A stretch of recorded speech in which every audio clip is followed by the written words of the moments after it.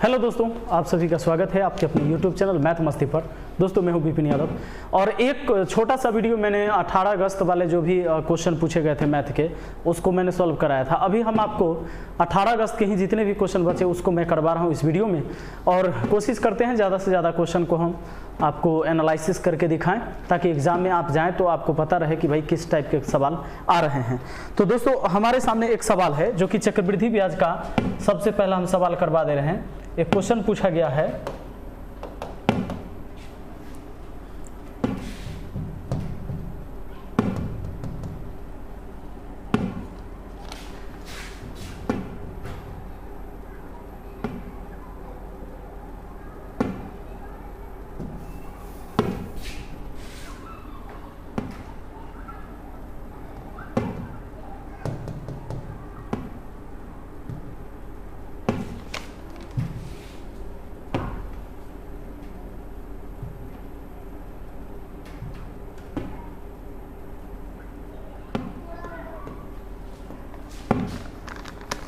आइए प्रश्न है हमारे सामने कि एक मूलधन है कितना? मूलधन है 10,000 रुपये, 10,000 रुपये। उसके बाद दिया हुआ है रेट हमारा 10% और मिश्रधन दिया हुआ है वो 13,310 रुपया। और तब पूछता है हम लोगों से तो टाइम क्या होगा ये बताइए। टाइम पूछा गया है। दोस्तों मूलधन पता है, रेट पता है, मिश्रधन पता है, हमसे टाइम पूछा गया है। बहुत सिंपल तरीका है इसको बनाने का। रेट जो 10% है, 10% का मान 1/10, इसको जोड़ दीजिए 11/10, ये होल वैल्यू निकल गया। अब इस 10,000 में अगर होल वैल्यू का सीधा गुना कर दे तो क्या निकल जाएगा हमारा? मिश्रधन। अच्छा कितना बार? जितना टाइम रहेगा। टाइम नहीं पता है तो टाइम मतलब पावर अगर 3 साल रहता तब 3 बार, पावर 4 यानी 4 पावर तब देते जब 4 साल रहता, 2 साल रहता तो पावर दे देते। यहाँ पर समय नहीं पता है, समय निकालना है इसलिए मैंने टी रख दिया है। मूलधन में होल वैल्यू का सीधा गुना तो मिश्रधन पता इतना। 0 से 0 काट दीजिए, 1000 बट्टा में चल जाएगा। 11/10 यहाँ पर आपको 11/10 मिला, पावर में टी है बराबर ये 1331 बट्टा में कितना आ जाएगा? 1000। अब 1331/1000 को आप ऐसे भी लिख सकते हैं। 1331 11 का क्यू होता है, 10 का क्यू 1000 होता है, इसका क्यू करके। अब जब बेस आपस में समान है ना, खत्म, पावर भी आपस में समान हो गया, यानी टाइम हो गया क्या? 3 वर्ष। तो ये एक चक्रवृद्धि का सवाल पूछा गया। आगे सवाल आपको दिया गया एक आयत के बारे में। आयत के बारे में क्या दिया गया था सुन लीजिए। आयत के पूछा था परिमाप। एक आयत है और इस आयत का विकर्ण भी एक दे दिया है। इस आयत का विकर्ण आपको दिया हुआ है कितना? विकर्ण आपको दिया हुआ है 65 और इसकी लंबाई दी हुई थी 63, चौड़ाई नहीं पता था। और आयत के पूछ लिया था परिमाप। आयत के पूछ लिया था क्या? परिमाप। तो दोस्तों जब परिमाप पूछा था तो एक बात बताइए, लंबाई चौड़ाई दोनों पता होना चाहिए क्योंकि आयत के परिमाप के लिए 2 × लंबाई प्लस चौड़ाई होता है ना। तो ये 63 है, ये 65 है, ये 90 डिग्री का कोण बना। 90 डिग्री के कोण के सामने की भुजा कर्ण होता है, उस हिसाब से हम ये चौड़ाई निकाल सकते हैं। इसको निकालने के लिए क्या करना होगा? हमें इस कर्ण के स्क्वायर में से घटाना होगा आधार का स्क्वायर, यानी रूट अंडर इन दोनों को एक बार जोड़ के एक बार घटा के a² - b² के फॉर्म में है। 65 63 जोड़ देते हैं, कितना होता है? 128 गुना घटा देते हैं तो कितना? 2, यानी रूट अंडर हमारा कितना आ गया? 256। 256 का वर्गमूल कितना होता है? 16। 16 निकल गया है। हम अब परिमाप निकाल सकते हैं। परिमाप निकालने के लिए हमें 2 × लंबाई प्लस चौड़ाई करना होगा। 2 × लंबाई हमारा 63 है और चौड़ाई हमारा कितना है भैया? निकल के आया है 16। तो 2 गुना ये हो जाता है 79। 79 दूना कितना? 9 दूना 18 के 8 हासिल 1, 7 दूना 14, 1 15, यानी 158। 158 अगर मीटर रहा होगा तो मीटर में और सेंटीमीटर रहा होगा तो सेंटीमीटर में आपका जवाब हो जाएगा।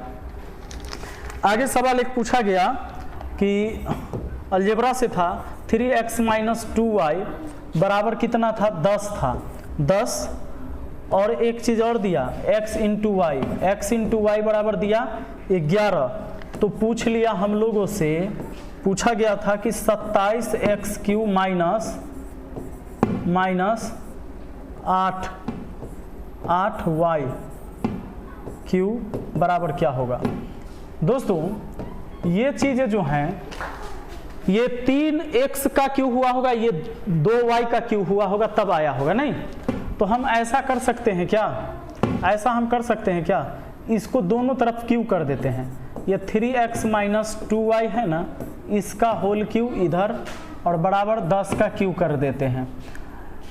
इतना का क्यू करेंगे तो सबसे पहले होगा एक क्यू। एक क्यू का मतलब होता है 27x³ माइनस बी क्यू का मतलब 8y³ माइनस 3a का मतलब 3x, बी का मतलब 2y, 3ab into a plus B माने सॉरी यहाँ माइनस है तो a minus B, 3x minus 2y हो जाएगा। ये हो गया। जब हम इसका क्यू किए तो इतना आ गया, बराबर 10 का क्यू हमारा कितना 1000। अब बताइए ये तो ठीक है, 27x³ माइनस 8y³ माइनस ये 3 3 9 9 दूना 18xy इंटू इतना। तो अब बताइए ये xy के बदले हम रख सकते हैं 11, यानी ये तो हो गया 3 3 9 9 दूना 18 गुना xy के बदले रख सकते हैं 11 और 3x माइनस 2y के बदले 3x माइनस 2y के बदले रख सकते हैं 10, बराबर हमारा कितना 1000। अब दोस्तों ये 27x³ माइनस 8y³ माइनस ये कितना 1 8 हटा के 1 8 हटा के 198 और ये 0 आ गया, बराबर हो गया कितना 1000। अब कुछ नहीं, इसी का तो मान निकालना है, इतना बराबर बताना है। ये माइनस वाला उधर चल जाएगा, प्लस में हो जाएगा, यानी 1980 जाके 1000 में जुड़ जाएगा तो 2980 हो जाएगा आपका आंसर। इस सवाल का आंसर कितना हो जाएगा 2980। कोई दिक्कत नहीं। चलिए अगला सवाल पर चलते हैं। एक सवाल पूछा गया आपसे, एक सवाल पूछा गया था, अलजेब्रा का ही क्वेश्चन है दोस्तों, कि P प्लस Q और Q प्लस R का अंतर दिया है 15।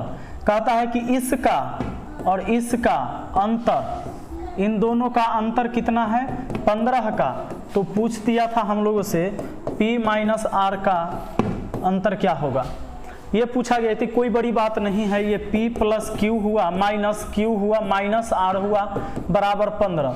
ये माइनस में प्लस में गया तो P माइनस R ही बचा और यही 15 हो गया आपका आंसर। जो दिया है वही आंसर हो गया। एक सवाल आपको ट्रिग्नोमेट्री से पूछा गया। ट्रिग्नोमेट्री से क्या पूछा गया, पूछा गया कि tan 9a बराबर है cot 5a माइनस 50 डिग्री। ठीक है, तो पूछता है, तो पूछा गया कि साइन, अच्छा इधर कुछ भी पूछा जा सकता है, 3a बराबर क्या होगा। ऐसा सवाल जब भी देगा साइन और कॉस बराबर करेगा, यहाँ तो tan और cot बराबर है, साइन कॉस बराबर करके देगा। तो ऐसे सवाल को देखिए, यहाँ पर tan और cot बराबर दिया है ना, मतलब थीटा का योग जो होगा 90 डिग्री तभी होता है बराबर, यानी कि 9a और उसके बाद जोड़ना है आपको ये 5a माइनस 50, इसका योग बराबर कितना होगा 90 डिग्री, तभी tan और cot बराबर होगा। अब 9 5 कितना हो गया 14a और 50 उधर चला गया तो 140, 14 दहाई चाल से सरकारी स्कूल वाला, a का मान 10 डिग्री, a का मान 10 डिग्री है तो यहाँ साइन 3a है तो 3 गुना 10 डिग्री, यानी साइन 30 डिग्री का मान बताना है। साइन 30 डिग्री का मान कितना होता है 1/2 होता है। ये हो गया आपके इस सवाल का जवाब। चलिए अगला सवाल देखते हैं। आगे आपका एक क्वेश्चन है, बहुत ही प्यारा सा जबरदस्त क्वेश्चन है। सवाल क्या कहता है सुन लीजिए। X और Y दो नल किसी टंकी को 21 और 24 घंटे में भर सकता है। एक नल X है जो 21 घंटा में टंकी को भर देगा और एक दूसरा नल है जो 24 घंटा में टंकी को भर देगा। अब कहता है कि एक छिद्र होने की वजह से टंकी 48 मिनट देर से भरती है। 48 मिनट देर हो जाती है, 48 मिनट दोस्तों, 48 मिनट क्या होती है देर होती है। देर क्यों होती है, क्योंकि एक टंकी में छेद हो गया है, टंकी में छेद हो गया है, इसलिए 48 मिनट देर से भरती है। यदि पूरी टंकी भरी हो तो छिद्र द्वारा कितने समय में खाली हो जाएगी। अगर आपके पास दूगो समय पता रहे, एक समय ऐसा दिया हुआ रहे कि भरने का समय, एक समय दिया रहे खाली होने का समय, तो आप सवाल को आसानी से बना सकते। एक फार्मूला होता है छिद्र द्वारा पूरा टंकी खाली करने में लगा समय, या यूं कहिए डिस्टर्बिंग एलिमेंट द्वारा अपना काम पूरा करने में लगा समय। एक फार्मूला होता है AB बटा A माइनस B। ये फार्मूला तभी लगता है दोस्तों जब दूगो समय रहेगा, एक समय रहेगा बिना डिस्टर्ब हुए और एक समय रहेगा डिस्टर्ब होने पर। यहां पर देख लीजिए, पहले तो दो नल है, ये दोनों नल एक साथ अगर काम करे तो कितना देर में काम कर लेगा ये बताइए। तो ये दोनों नल मिलके करेगा तो एक फार्मूला होता है AB बटा A प्लस B, टाइम लगता है, वो अलग है ये अलग है। ध्यान देना, दो गो मिलकर दोनों का अलग अलग समय रहे, एक साथ अगर निकालना हो कि दोनों मिलकर कितना देर में कर देगा तो ये फार्मूला लगेगा। तो 21 गुना 24, नीचे 21 24 जोड़ के कितना 45। अब 3 से काटेंगे तो 15 बार में, 3 से काटेंगे 8 बार में, 3 से काटेंगे 5 बार में, 3 से काटेंगे 7 बार में, 8 सते 56, नीचे हुआ 5, इतना घंटा लगेगा। लेकिन जब डिस्टर्ब होने लगेगा नल, डिस्टर्ब क्यों होगा? क्योंकि यहां पर एक छिद्र हो गया है तो 48 मिनट ज्यादा लगता है। तो डिस्टर्ब होकर समय कितना लगेगा जानते हैं? डिस्टर्ब होकर समय लगेगा ये 56 बटा 5 घंटा तो लगता ही है, प्लस में 48 मिनट, और इसको आप कह सकते हैं 4 बटा 5 घंटा। 4 बटा 5 घंटा कैसे कहेंगे? जब इसमें 60 से भाग देंगे तो 4 बटा 5 घंटा। इसका मतलब है दोस्तों कि ऊपर हो गया, नीचे हो गया आपका 5, ऊपर हो गया 60, 5 से काटा 12 बार में, यानी डिस्टर्ब होगा तो 12 घंटा लगेगा। वो दोनों नल अगर अपना काम सीधा सीधा करे तो 56 बटा 5 घंटा में कर देगा, लेकिन जब वो डिस्टर्ब होता है तब वो 12 घंटा में समय लेता है, पहले से ज्यादा समय लेता है। सवाल ये कह रहा है कि ये बताइए जरा कि अगर पूरा टंकी भरा रहेगा तो छिद्र द्वारा पूरा टंकी खाली होने में कितना समय लगेगा? छिद्र है यहाँ पर डिस्टर्बिंग एलिमेंट, उसको अपना काम करने में यही समय लगेगा दोस्तों। तो AB मतलब ये दोनों को गुना करिए, यानी कि 56 बट्टा 5 और गुना करना है 12 घंटा का, और नीचे घटा के लिखना है तो 12 और 56 बट्टा 5 का अंतर ही लिखना है, दोनों का अंतर लिखना है। तो दोनों का अंतर यही 4 बट्टा 5 घंटा का होगा, घटाइएगा तो।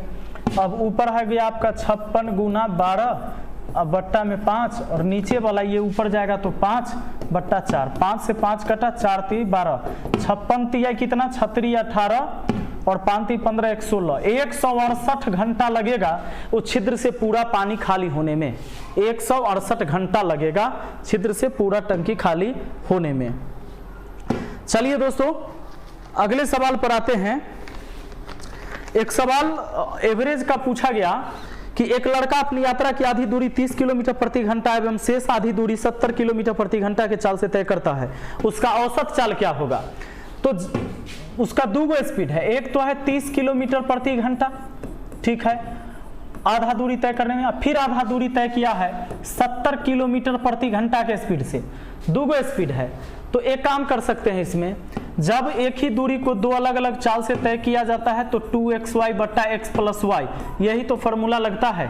तो 2 गुना 30 गुना कितना 70, नीचा 70 30 जोड़ दीजिए 100 हो जाएगा, 100, 2 जीरो से 2 जीरो कट गया, 7 21 21 दूना 42, 42 किलोमीटर प्रति घंटा उसका औसत चाल हुआ। आपका आंसर हो गया तैयार। चलिए आगे सवाल है। एक सवाल कहता है कि 2 दिन में कितने बार 180 डिग्री का कोण बनता है। एक सवाल आपको पूछा 2 दिन में कितने बार 180 डिग्री का कोण बनता है। तो देख लीजिए 24 घंटा में 22 बार 180 डिग्री का कोण 22 बार बनता है।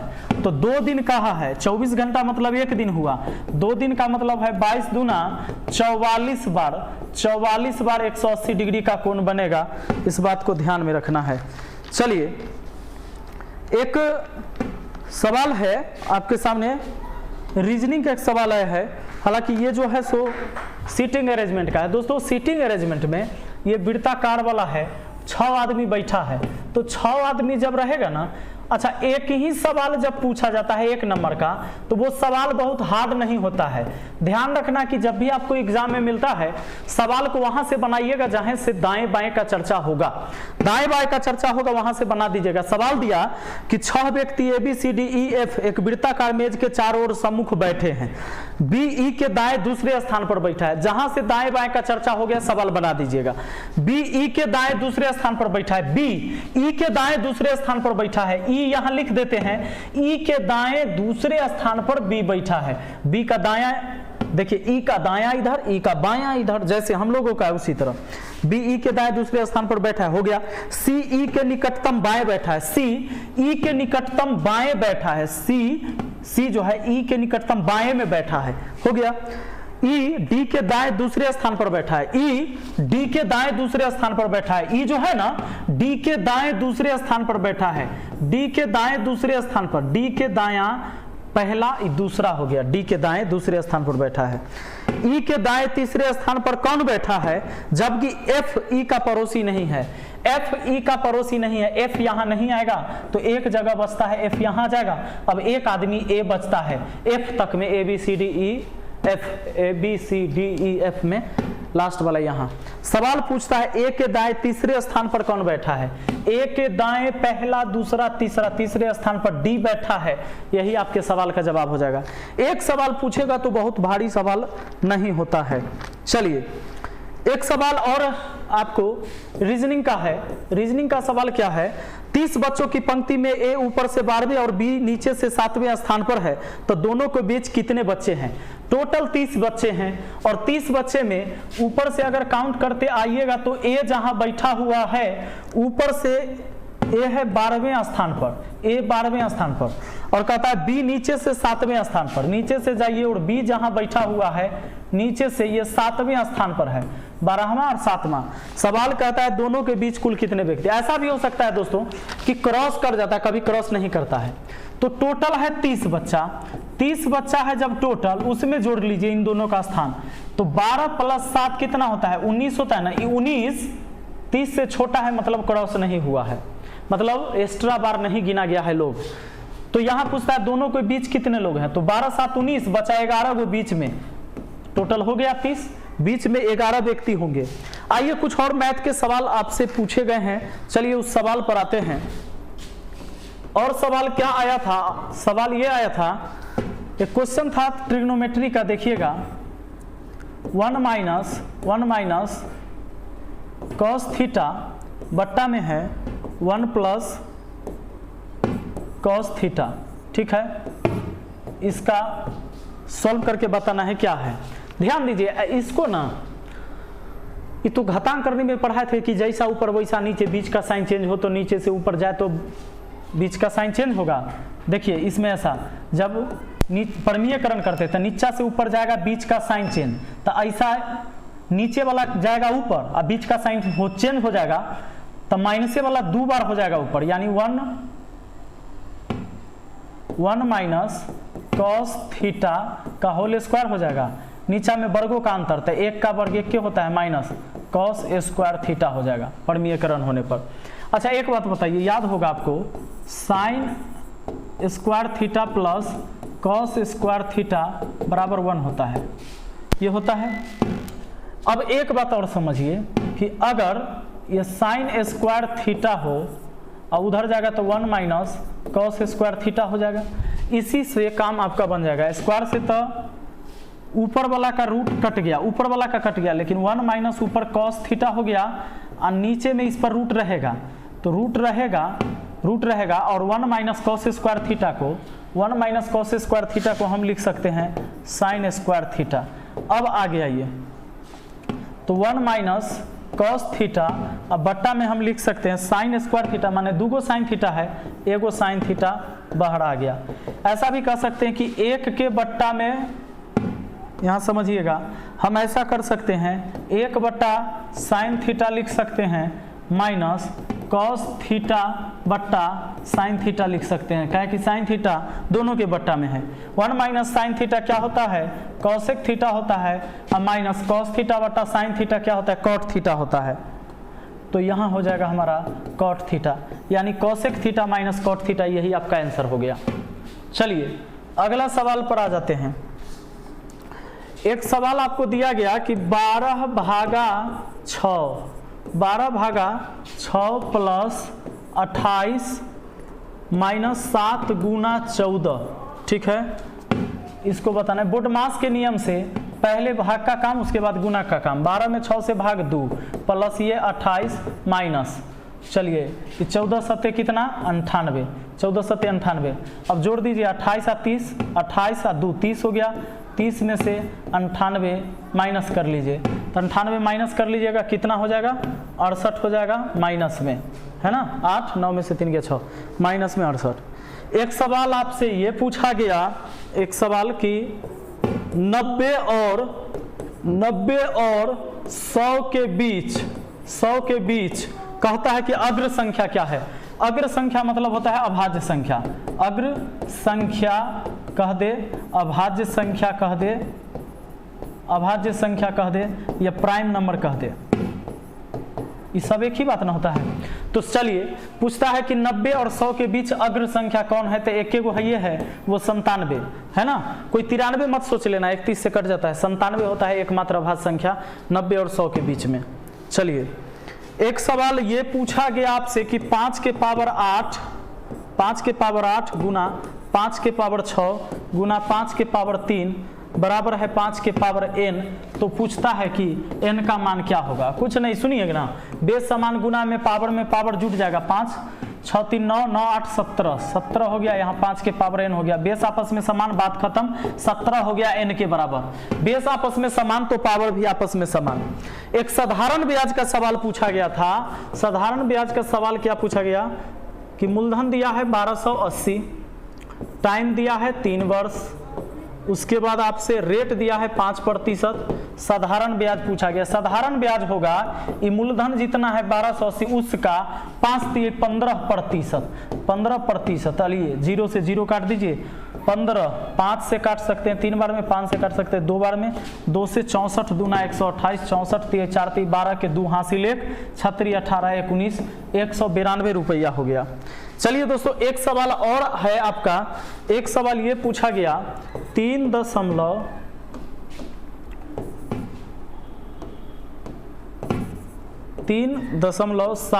पर बार लगा हुआ है प्लस 3.6 पर बार लगा हुआ है।